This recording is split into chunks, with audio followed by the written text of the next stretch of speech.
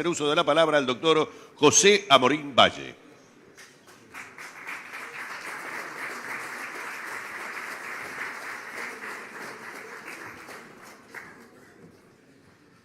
Buenas tardes. Un especial agradecimiento a ADM por invitarnos a este tan prestigioso evento de almuerzos a los que hemos venido tantas veces, algunas veces a hablar y muchas veces como invitados a escuchar cosas bien interesantes. El tema es muy importante. El tema del futuro del país es especialmente interesante, es siempre interesante y ahora tiene, digamos, un especial interés porque estamos en la previa de una campaña electoral, donde estos temas deberían ser los temas de discutir.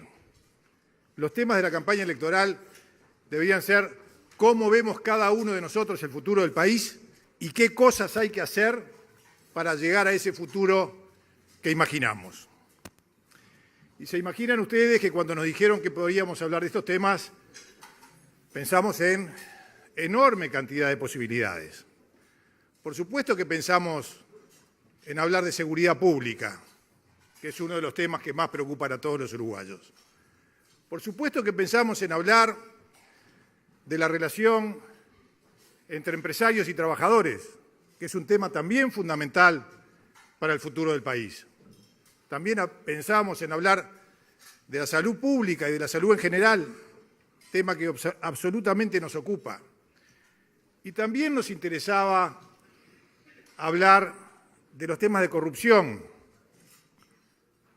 a los efectos de decir cuáles son las leyes que nosotros estamos proponiendo para intentar evitar un contagio, que si no nos movemos parece inevitable. Cuando vemos lo que ha pasado en Argentina y cuando vemos lo que ha pasado en Brasil. Pero tenemos 15 minutos y tuvimos que elegir de los temas de los que queremos hablar. Y yo elegí 3. El primero es la necesaria integración de nuestra sociedad. El segundo es la imprescindible integración del Uruguay al mundo. Y el tercero, el también, creo yo, imprescindible ajuste estatal, el ajuste del Estado para que tenga el tamaño necesario y para que deje de asfixiar, como está asfixiando de alguna manera, a la sociedad. Voy a empezar por hablar de educación, que es un elemento básico para la integración en Uruguay. Todos sabemos que estamos frente a la cuarta revolución industrial, la revolución que plantea la inteligencia artificial, la robótica. Sabemos que los países más desarrollados del mundo están trabajando en eso y tenemos claro que eso va a tener un impacto fundamental en el futuro del mundo y en la ocupación, en los trabajos que se vienen. ¿Cuántos van a desaparecer? ¿Cuántas de las ocupaciones que conocemos hoy van a desaparecer? Y lamentablemente van a desaparecer mucho más en los países que tienen menos habilidades técnicas de su gente que en los que tienen más. Y tenemos la obligación de preparar a nuestra gente para esta cuarta revolución industrial.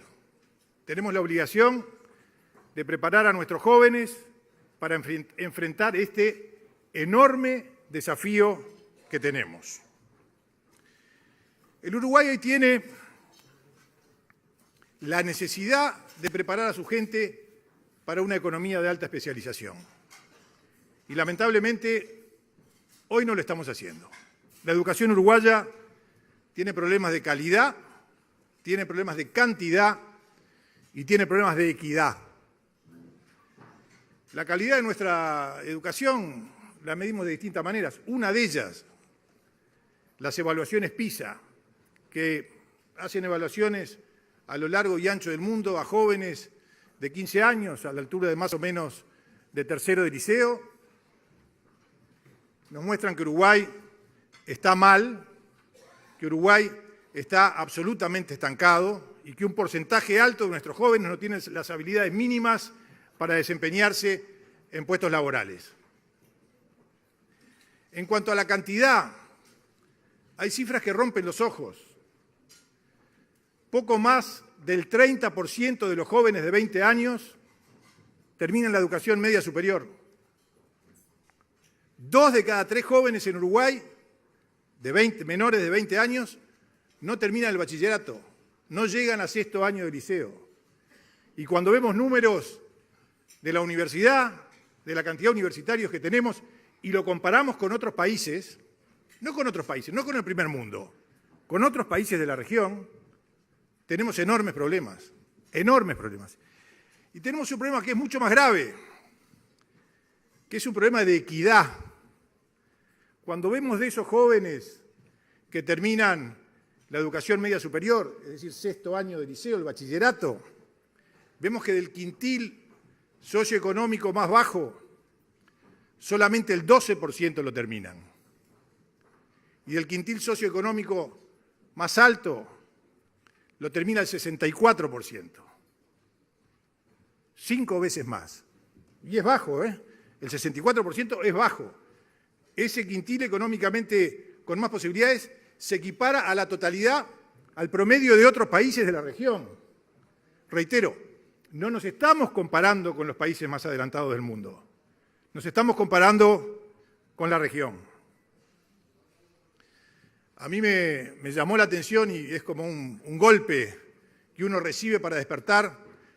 Un ejemplo que ponía hace unos años el doctor Grunberg, Jorge Grunberg, que nos decía una cosa que reitero, llama la atención, nos decía, un joven nacido en un hogar pobre del interior del Uruguay tiene más posibilidades de jugar en la selección uruguaya de fútbol que de hacer un posgrado universitario.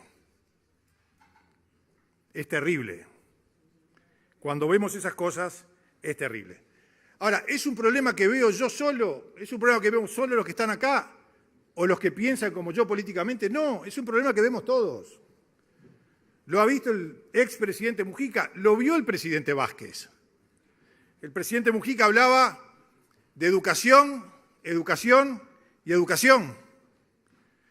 Y el presidente Vázquez hablaba de cambiar el ADN a la educación. Sin embargo, no se hizo. Sin embargo, no se pudo hacer. El doctor Vázquez nombró al principio de su gobierno a personas que tenían ideas claras en materia de educación, muchas de las cuales de esas ideas nosotros pensábamos como ellos, a Filgueira y a Mir. Duraron 5 o 6 meses. Lo sacaron, porque no podían hacer nada y porque no estaban dispuestos a enfrentar lo que había que enfrentar para cambiar la educación de nuestros jóvenes. Y lo que se plantea ahora es un dilema ético. El Uruguay tiene un dilema moral y tenemos que ver si vamos a jugarnos por nuestros jóvenes y por el futuro de nuestro país, que es eso, o si vamos a quedarnos paralizados frente a quienes impiden los cambios, frente a quienes están en situaciones privilegiadas, frente a cúpulas sindicales de profesores, y digo cúpulas sindicales de profesores porque yo creo que la enorme mayoría de los profesores del Uruguay son vocacionales, que la enorme mayoría de los profesores del Uruguay están dispuestos a hacer cambios para mejorar la calidad de la educación. Pero hay cúpulas sindicales que se han enfrentado a todo y que han impedido todos los cambios. Y lo que tenemos que hacer nosotros es saber si estamos decididos a cambiar, si estamos decididos a enfrentar esa situación o si nos vamos a quedar quietos y dejar para 5 años después el futuro de nuestros jóvenes. Yo creo que el camino es claro y lo tenemos que hacer, no tengo la menor duda. No va a ser el trabajo de una persona sola, ni siquiera de un partido, va a ser un trabajo de la sociedad en favor del futuro que yo creo que merecen nuestros jóvenes y el futuro que merece el Uruguay. ¿Cuáles son los cambios? No es lo más importante. Lo más importante es animarse a hacerlos, porque los cambios los conocemos, andan en el mundo, miramos los países que funcionan y es fácil adaptarse. Algunos de ellos, marco curricular común, tantos hemos hablado de ese tema, un solo camino de los 3 años a los 14, y no ese salto que hay entre primaria y secundaria, donde un porcentaje altísimo de los jóvenes se pierden cuando saltan de sexto de escuela a primero de liceo. Hay que hacerlo, es obvio que hay que hacerlo. Sistema de créditos en la educación media superior. Por supuesto que estamos casi todos de acuerdo. Que los jóvenes puedan elegir su camino para terminar el bachillerato, eligiendo las materias en las que se sienten más atraídos o que más les interesan. Por supuesto que hay que hacerlo. Autonomía de los centros educativos. Lo había planteado un consejero del Partido Nacional, el Plan Pro Mejora. Los sindicatos dijeron, en Montevideo no. En Montevideo este plan no entra. En el interior entró y anduvo. Y los resultados fueron mejores. Pero vamos a no pelearnos con el sindicato y nos quedamos quietos. Es evidente que si queremos una educación de calidad tenemos que tener docentes de calidad. Y yo estoy de acuerdo con la creación de una universidad de la educación. No estoy de acuerdo con dejar todo como está y cambiar solo el nombre. Tenemos que hacer cambios profundos y hay que hacerlos. Y la mayoría del país está dispuesta a hacerla. Hay 1000 ejemplos. Hay países en que las personas hacen licenciaturas en distintas materias, en historia, en geografía, en ciencias, y después hay un posgrado en pedagogía y de ahí salen los profesores. Pero reitero, el tema es que hay que animarse a cambiar. Los métodos los conocemos todos. Lo que hay que hacer lo sabemos todos. Y la gran dificultad que ha tenido el Uruguay en los últimos años es animarse a cambiar. Los uruguayos que hace 100 años fuimos los campeones del cambio, fuimos los más avanzados de América Latina, fuimos los que estábamos dispuestos a arriesgarnos para vivir un país mejor, hoy estamos como quedados.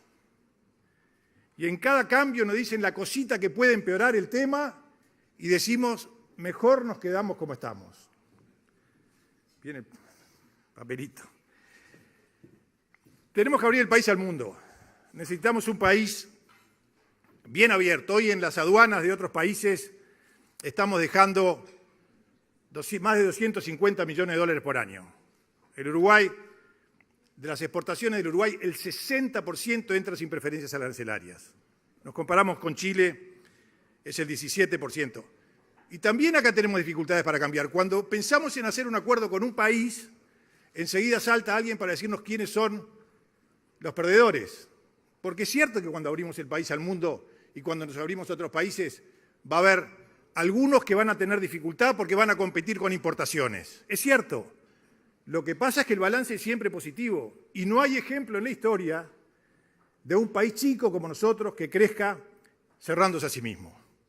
No tengan la menor duda que ese es el camino. ¿Qué podemos hacer? Bueno, hay que hacer una modernización institucional. El país le tiene que dar mucho más importancia al comercio exterior, sin aumentar, porque no se puede, sin aumentar los gastos tenemos que hacer eso. Tenemos que pensar en flexibilizar el Mercosur. Creo que es un buen momento para el Uruguay. Creo que los gobernantes de nuestros países vecinos que integran el Mercosur podrían estar de acuerdo con eso y lo tenemos que hacer. Pero para poder competir, además de educación, tenemos que tener un Estado que no nos asfixie con impuestos y con tarifas públicas. Y la situación actual es complicada. Partimos de un punto complejo. El Uruguay hoy tiene un déficit fiscal importante. Y yo no quiero ser alarmista, ni lo soy. No creo que tengamos riesgos inmediatos de perder el grado inversor, pero sí creo que si seguimos en este camino, en 2 o 3 años vamos a estar en problemas serios. El ministro Astori estima que el año que viene el país va a crecer al 3,3% del producto. Esta estimación fue hecha en marzo. Después de esto pasó lo que pasó en Argentina. Y cuando el ministro vino a la comisión, le dijimos a ver si no iba a revisar esos números, porque con esa base de números es que iba a gastar. Y nos dijo que Uruguay está desacoplado, que nada va a afectar. Bueno, nosotros creíamos que iba a afectar, creemos que va a afectar el turismo, creemos que va a afectar el comercio, creemos que va a afectar muchas cosas, porque Argentina siempre nos afecta. No va a afectar a los bancos ni al sistema financiero, pero nos va a afectar. Hoy los economistas dicen en general que el país no va a crecer al 1%. Por lo tanto, hay que ajustar estos números. Por lo tanto, el ministro Astori, que ha tenido, especialmente cuando fue opositor, mucha responsabilidad institucional, la debe tener ahora. Le estamos pidiendo al ministro Astori que ajuste los gastos. Le estamos pidiendo eso al ministro Astori para que no le entregue al gobierno que viene una bomba de tiempo, para que le dé un tiempito para seguir trabajando en la reforma del Estado. Eso es absolutamente necesario. En el pasado reciente, ustedes saben lo que ha ocurrido. Cuando vuelve la democracia había 300.000 funcionarios públicos, bajaron hasta 230.000 al final del gobierno de Valle, hoy estamos de vuelta en 300.000. Una reforma del Estado requiere de un acuerdo de todos los partidos, en serio, porque son reformas que demoran tiempo y son reformas en las que hay que tener especialmente contundencia y seguirlas. El doctor Vázquez planteaba la madre de todas las reformas. Tampoco la pudo hacer. Era la reforma del Estado la madre de todas. No la hizo. Hubo 70.000 funcionarios públicos más. Otra vez, la aversión al cambio, la dificultad del Uruguay para cambiar las cosas. Los que más cambiábamos, hoy tenemos temor a cambiar. Hay muchas cosas para hacer. Es obvio que no podemos trasladar el enorme costo del Estado en impuestos y en tarifas. El presupuesto nacional tiene que dar incentivos para que el costo del Estado baje, hay que darle incentivos a los distintos ministerios para que trabajen en eso. Tenemos que trabajar en las empresas públicas cuyo objetivo debe ser dar un mejor servicio al mejor precio. Las tenemos que poner en competencia, no tengo la menor duda. Tenemos que controlarlas de la mejor manera posible. Hay que trabajar en seguridad social. El mundo va hacia que, por suerte, la gente viva más tiempo y eso va a crear algunos problemas. Lo hemos dicho, no pretendemos aumentar el tope de la edad de jubilación, pero hay que dar incentivos aumentando la tasa de reemplazo a la gente que se queda más tiempo en el trabajo, y me parece que eso puede ser una buena solución. Y pasado este ahogo, vamos a tener que pensar en una reforma tributaria en serio que incentive a la gente de trabajo y a la gente que da trabajo. Eso casi todos pensamos que hay que hacerlo. Tenemos que tener el coraje y la persistencia para trabajar en estos temas. El Uruguay tiene un futuro interesante. Si nos animamos a cambiar, el Uruguay tiene un futuro bien interesante.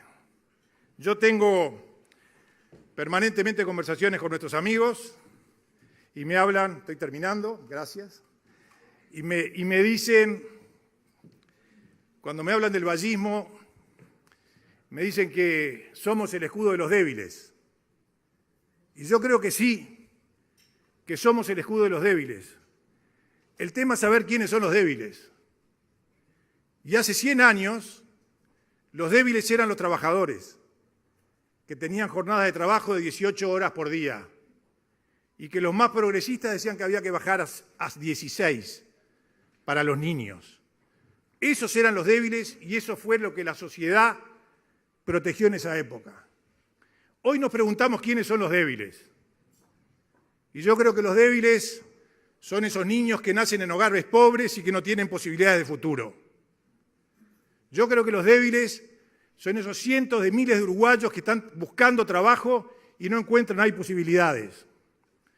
Yo creo que los débiles son esos pequeños empresarios que salen todo el día a trabajar y los que atienden al público no saben si vuelven o no. Es a esos a los que tenemos que defender. Es para esos que vale la pena estar haciendo política en este país. Y como decía una persona que obviamente admiramos, que dedicó su vida a la política, que fue el mejor capitán en el momento de la más profunda tormenta, nos comprometemos a dejarle el alma en la cancha por este país. Muchas gracias.